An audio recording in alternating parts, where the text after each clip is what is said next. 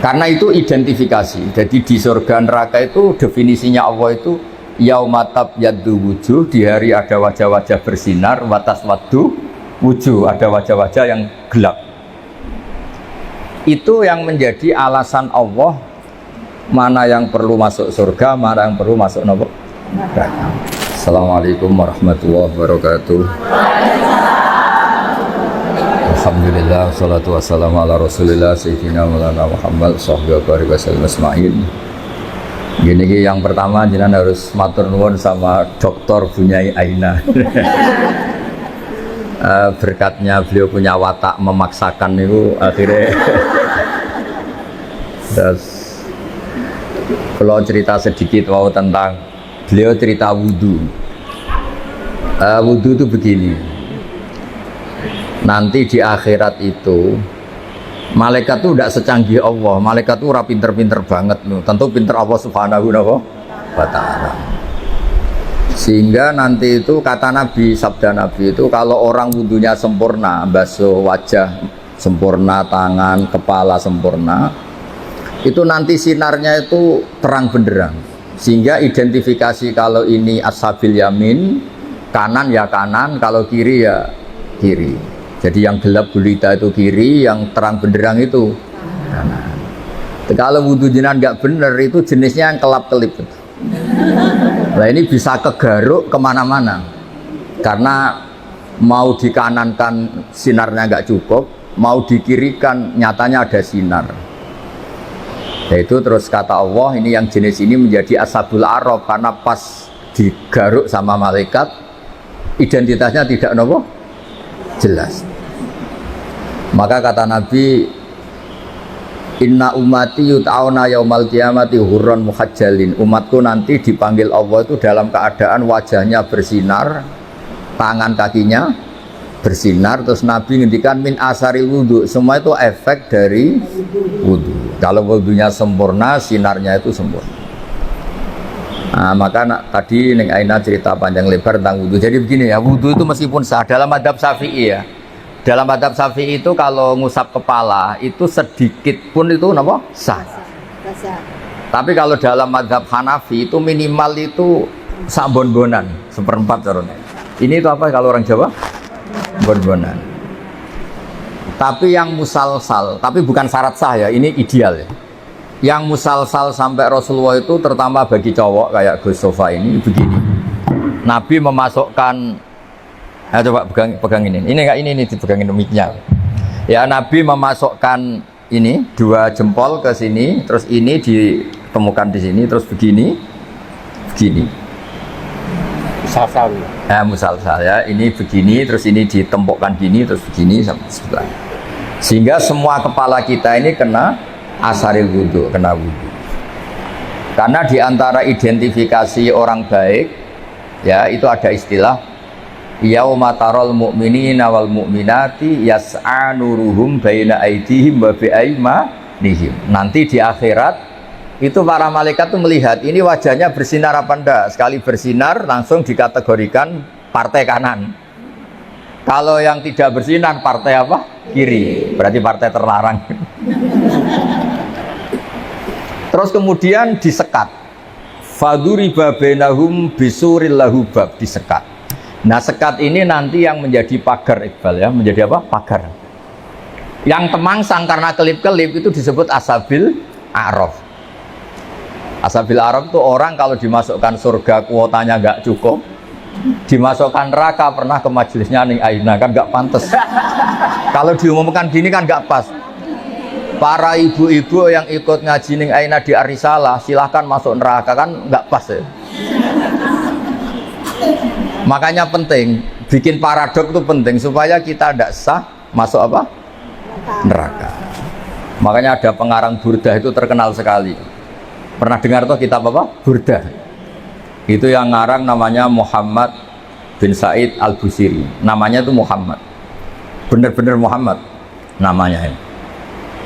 Beliau dalam doanya itu lucu, ya Allah, nama saya ini Muhammad. Sehingga kalau nanti engkau manggil, wahai Muhammad masuklah ke neraka, itu paradok. Engkau ada ladzat yang nggak pantas bersikap apa? Paradok. wahai Muhammad, masuklah ke. Itu paradok apa pas? Paradok. Makanya terus disunatkan punya nama yang baik supaya nanti misalnya, nah sehingga kalau nama kita kadung misalnya nama biasa atau nama Jawa gak apa-apa, tapi nanti punya nama baru ikut majelis apa? Taklim atau majelis ar-risalah. Jadi wudhu itu penting sekali. Karena itu identifikasi. Jadi di surga neraka itu definisinya Allah itu yaumatab yaddu wujuh, di hari ada wajah-wajah bersinar, watas waddu wujuh, ada wajah-wajah yang gelap. Itu yang menjadi alasan Allah mana yang perlu masuk surga, mana yang perlu masuk neraka. Nah, tentang tauhid supaya sampai tidak terjebak ateis atau komunis. Saya pernah ngaji sama orang-orang Pertamina di pondoknya Gus Zofur Maimun, yang isi beliau sama saya. Ada orang tanya, Gus, andaikan ada orang ateis atau komunis atau non, dia sosialnya bagus tapi nggak iman sama Allah, dia suka bersedekah, berderma, masa ia menjadi ahli neraka? Kayaknya kok kasihan ya. Padahal kata kitab akidah, orang yang kafir tetap masuk neraka meskipun dia baik secara apa? Sosial. Terus saya punya analogi. Analogi itu kias. Misalnya saya punya rumah, ini rumah saya, ada kulkas isinya buah lengkap, ada makanan, rampatan, ada semua. Terus ini Gus Iqbal atau Gus Sofa ini masuk, terus ibu-ibu dibagi, ini silahkan makan, silahkan makan. Kira-kira orang itu nganggap Gus Sofa itu baik, nyun sewu, apa maling? Dari segi ngasihnya baik, tapi yang dikasihkan milik orang. Tidak ngakui jasanya yang punya. Ketika Anda baik tapi ateis, oh silahkan minum, tapi kamu nggak pernah berpikir kalau itu minum itu ciptaannya Allah Subhanahu wa Ta'ala.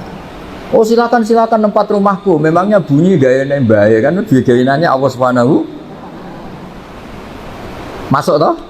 Artinya betapa fatalnya orang yang tidak ngakui Allah Subhanahu wa Ta'ala. Ketika orang nggak ngakui eksistensi Allah, ternyata dia ngamal atau berderma dengan sesuatu yang tidak miliknya, tapi merasa miliknya.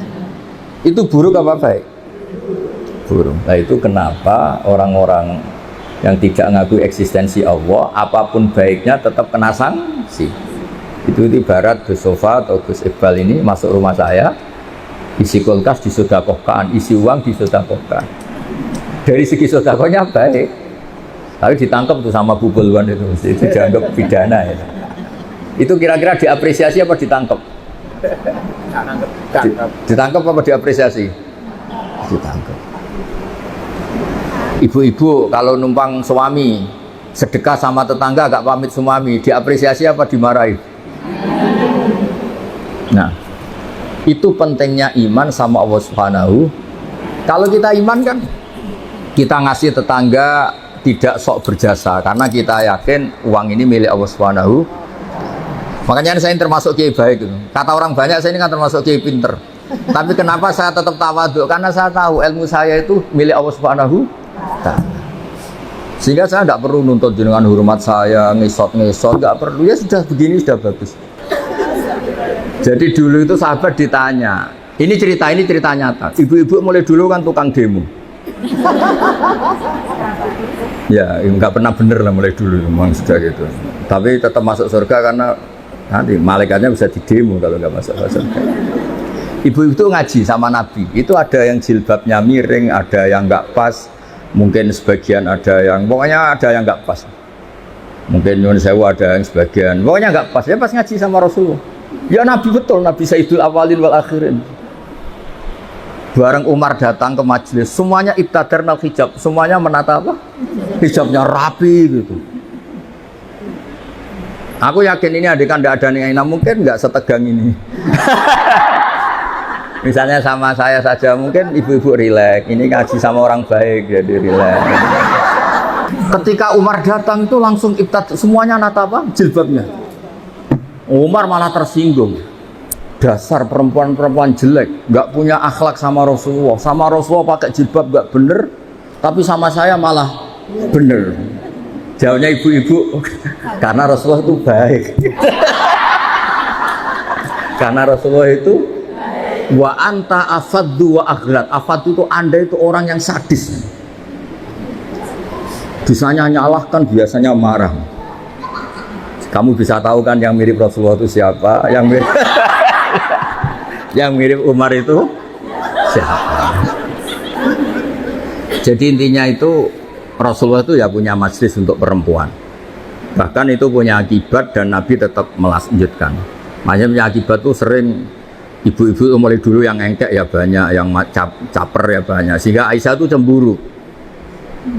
Dasar Nisaul Ansor. Caper kali Kanjeng Nabi. Iya, caper kali Kanjeng Nabi. Untung Nabi sudah nggak ada. Kalau masih kasihan tuh kiai-kiai nggak payu jadi kiai gitu. Ya Nabi kan ganteng, sopan.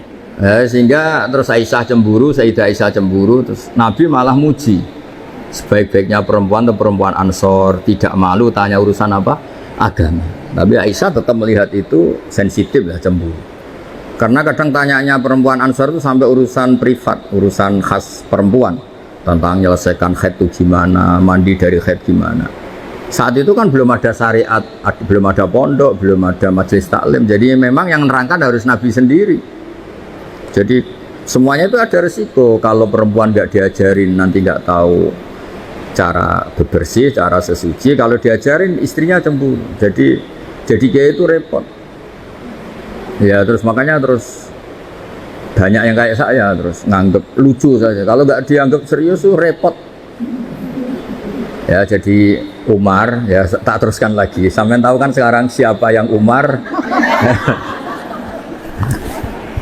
Umar marah, ya aduwati anfusina, wahai perempuan yang nakal-nakal. Harusnya Rasulullah ahakku ayyahabna. Rasulullah itu lebih berhak kamu takut, kamu wibawa, kamu hormati. Kenapa sama saya terus? Ya karena Rasulullah itu lebih baik, Anda ini kasar. Semenjak itu, ya makanya terus orang hubungan dengan Allah juga sama. Kamu punya utang orang 1 juta atau 10 juta, nggak bisa nyaur itu nggak berani ketemu. Tapi kamu sering melanggar perintahnya Allah, itu kita istighfar ya nyaman. Dengan segala kesalahan kita mengadu ke Allah ya nopo nyaman. Sehingga Allah ini nyata, sebagai Rahman Rahim itu nyata. Coba ya, Anda pakai motor teman kamu gadekan, itu nggak berani ketemu. Tapi kita pakai sarannya Allah, mulai oksigen, langit, bumi, semuanya kita pakai. Padahal kita sering salah, mungkin sholat kita tidak benar. Tapi istighfar tetap nyaman, nyebut asma Allah ya tetap nyaman. Saking baiknya Allah Subhanahu wa Ta'ala, sehingga tetap bikin nyaman orang-orang yang meskipun sedang tidak dekat.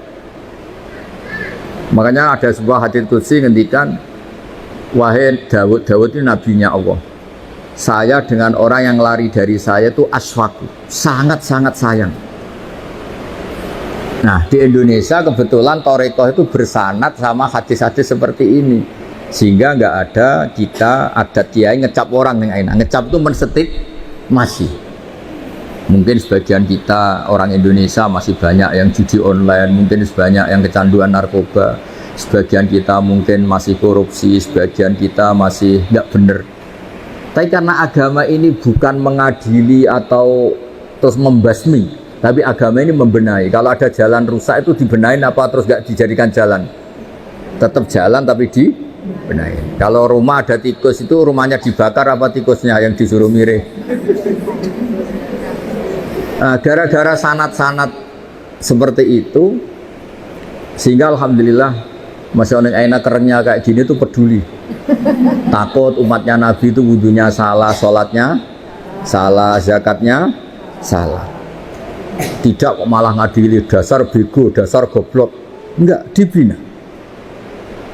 Sehingga jenengan harus bersyukur dengan metode seperti ini. Meskipun yang ngeri-ngeri sedap.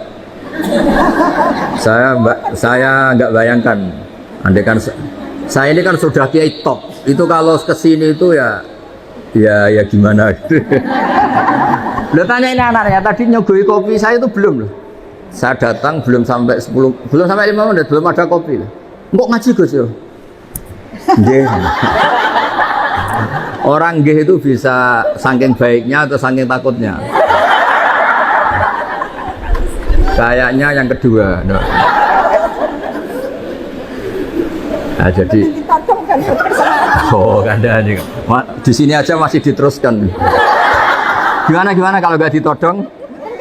ngaji. Oh. Tidak ditodong. Pakai mic, ngamuknya pakai mic biar dengar.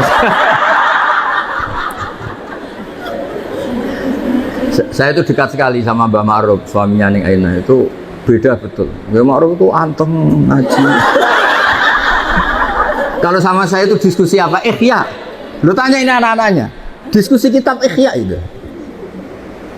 Kalau sama Ning Aina diajari tukaran. Gus harus ada RMI perempuan. Tadi saya ketemu ketua RMI. Oh yang gugat terus. Dan saya senang. Memang perempuan itu baiknya gugat.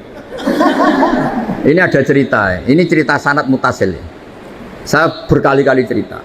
Belum ada hukum Allah dirubah kecuali karena pemberontakan kaum perempuan.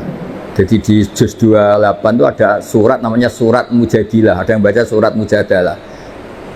Jadi ada perempuan cantik, namanya itu Khawlah. Orang Arab itu kan hiper karena makannya daging tidak ote-ote, jadi hiper. Kalau Kiai Jawa itu kan makannya ote-ote, tempe, terus utang jatuh tempo, jadi sudah error lah, sudah masalah syahwatnya itu sudah error, sudah tempe, terong, utangnya jatuh apa? Tempo.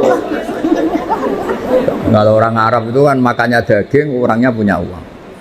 Ya mungkin karena lama nggak hubungan suami istri, istrinya itu cantik, ngerti istrinya itu suci, sudah haid suci. Pas masih sholat tuh diajak hubungan suami istri kan nggak mau, setelah wiridan ya nggak mau. Terus dia marah, didihar, belum dicerai. Didihar itu ada satu bahasa yang setingkat talak. Ya semuanya gitu lah, ada satu bahasa setingkat talak. Terus dia merasa gimana kok sampai gini, kayak sudah dia agak kecewa dengan perilakunya sendiri. Matur Rasulullah, ya Rasulullah saya ini tadi begini-begini. Nabi bilang, oh yang kamu katakan itu biman zilati tolak. Yang kamu katakan itu semakna dengan tolak. Berarti istri kamu udah halal bagi kamu. Ya lelaki yang manduk-manduk, meskipun dia tuh ya iman, istrinya cantik kok hilang. Waduh, gara-gara kata itu terus kehilangan apa? Istri. Dia kayak gimana gitu. Kehilangan istri cantik itu kan berat. Kehilangan istri jelek aja berat, apalagi kadang ada yang jelek rezeki gitu. Sama Gus, ya. Punya suami ganteng juga, medeni. Ganteng punya uang, nak kere gak berarti medeni. Karena kalau ganteng kere itu terus error ya, nggak menarik ya. Terus ngowah-ngowah kayak orang. Walhasil terus ya sudah hukumnya itu cerai. Si suami ini langsung nurut sama Nabi, kehilangan istri. Pulang. Kata istrinya gimana kata Nabi? Dihukumi cerai. Wow, dilabrak Nabi, ini perempuan ini. Dilabrak. Ya Rasulullah ini hukum apa? Enggak benar hukum yang kamu katakan tuh enggak benar. Ini hukum apa? Apa-apaan ya? Kalau saya dicerai ketika masih cantik enggak apa-apa. Lelaki itu sudah menghabiskan muda saya, cantik saya. Ketika cantik saya, muda saya hilang, terus kamu hukumi cerai. Kalau dulu nggak apa-apa, sekarang saya ini sudah tua. Saya ini punya anak banyak. Kalau dirawat dia, mesti terlantar, katut babon lain katanya. Kalau dirawat saya perempuan nggak bisa cari apa? Nafkah. Kalau bikin hukum yang benar, Nabi bilang sementara hukumnya hanya gitu, memang hanya gitu sementara. Lu itu perempuan tadi saking kacaunya bilang gini dengan sama Rasulullah, ya nanti engkau saya laporkan Tuhan bahwa anda ini tidak serius. Karena kau jadi nabi hukumnya harus dievaluasi. Nah gak perempuan gak bisa. Dia pulang tapi perempuan ini religius. Dia sujud berdoa, ya Allah kasih tahu nabi engkau bahwa kalau bikin hukum jangan begitu. Lalu itu malaikat datang ke Rasulullah. Mat turuti ya repot musuh wedok. Saya tuh berkali-kali loh ke Tebu Ireng ditodong Gus siapa suruh ngaji. Saya biasa bilang enggak ya. Jadi kalau ras terkuat di dunia yang ngomongnya itu bisa masalah besar. Jadi itu Rasulullah Nabi dikomplain. Makanya cerita itu sebagian tuh nggak bener. Katanya ada kiai cerita Nanti bidadari di surga tuh cantik-cantik. Sudah cantik nggak bawel. Sudah cantik nggak bawel, terus nggak minta uang belanja, uang salam, oh ya baik. Terus ada santri bilang, Pak Yai, Ibu Nyai di belakang baru datang. Tapi paling cantik yang dari dunia. Kok bisa hanya ada tambahan itu kan? Saking takutnya. Akhirnya hukum dihar itu tidak sama dengan tolak. Makanya ada surat ini Sofa tahu Iqbal. Qad sami Allah qaulal lati tujadiluka fi zawji. Allah itu mendengar perempuan yang bantah kamu. Tujadiluka itu bantah, komplain. Kayak apa perempuan? Hukumnya Allah aja dilawan. Kondang ya, pokoknya prestasinya itu hebat. Cinta bagus. Ya tadi Khawlah tadi. Dan penerusnya maksudnya. Khawlah dan apa? Dan penerusnya. Tapi itu menjadi berkah. Andaikan tadi perempuan tadi tidak komplain, mungkin tidak ada hukum seperti itu. Jadi makanya komplain itu penting kalau sudah muqaddar. Jangan pernah dengar kan sholat itu pertama 50 apa 50. Itu berkahnya Nabi Musa yang tukang komplain. Kalau tidak ada komplain bisa 50. Jadi berkah komplainnya Nabi Musa itu kayak Neng Aina, dia kan tidak model gini, mungkin saya tidak ngaji sama teman. Misalnya loh, beliau berakhlak karimah kayak orang Jogja. Ngapunten Gus, nak menawi kerso, ngaos, nak boten nggih, mboten dadi penggalih, nderek. Wah, aku mesti milih, nggak yakin milih kan. Kira-kira loh, andai kan Neng Aina kayak orang Jogja sesopan itu, saya ngaji apa enggak? Oh enggak, pasti enggak. Itu butuh teror, itu butuh teror itu. Saya itu berkali-kali di Sidogiri, di pondok-pondok itu kan masih keluarga itu.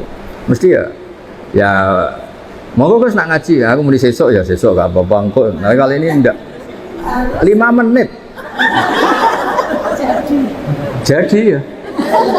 Tadi saya baru asik cerita-cerita sama Mbak Anwar. Beliau delok jam, supaya ngaji. Wah. Jadi sowan Mbak Anwar ya dijami. Mbak Anwar loh, abahnya sendiri. Di tengah-tengah asik cerita ya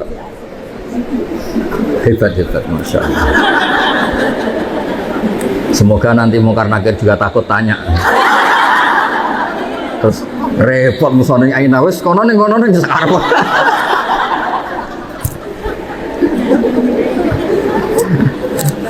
Jadi Allah itu memang zat yang luar biasa. Sesuatu itu kalau didesain sesuai awalnya itu mesti bagus. Meskipun kita kadang tidak cocok. Misalnya perempuan itu komplain, itu ya memang Allah desain gitu. Mungkin baiknya komplain. Saya itu sering dilapori santri-santri yang awal nikah. Gus, istri saya itu sering minta uang saya, padahal saya ini orang miskin, gimana ini? Tak jawab, ya sudah minta lelaki lain. Wah jangan Gus. Langsung berarti itu ya memang senangnya perempuan mau minta uang siapa kalau nggak sama. Ada yang cerita lagi, Gus istri saya sering marah sama saya gini. Ya sudah biar marah sama tetangga. Jangan Gus nanti malah gimana? Artinya apa? Ya sudah desainnya perempuan tuh minta sama suaminya marah itu desain yang apa? Bagus. Maka para lelaki harus nikmati itu, harus mulai nikmati itu. Nikmati radio bobrok ini. Tidak harus. Karena kalau nggak dinikmati ya bisa stroke gitu. Ya karena Nabi itu orang paling pintar di dunia itu kan Nabi Muhammad. Itu nggak ada rumusnya ngadepi perempuan. Nabi pernah ngendikan, ini terakhir ya. Nanti ada tanya siapa, tak turuti semua. Ada Nabi itu ditanya gimana Nabi menghadapi perempuan. Perempuan itu dikhulikot min dilain awas, dari iga yang apa bengkok. Kalau kamu paksakan lurus maka patah. Kalau kamu biarkan tetap apa bengkok. Nabi saja tidak punya rumus, apalagi kita. Sahabat ditanya terus piye ya, tidak piye sudah gitu itu sudah. Diluruskan apa patah, dibiarkan bengkok. Ya sudah begini. Kayaknya orang paling cerdas di dunia tidak punya rumus kalau tentang apa perempuan. Jadi hebat dia perempuan itu. Hebat, hebat. Ya, saya itu berharap begini itu nanti kalau sudah ketemu Allah nanti di akhirat itu wis cobamu wis kenal ning aina wis coba.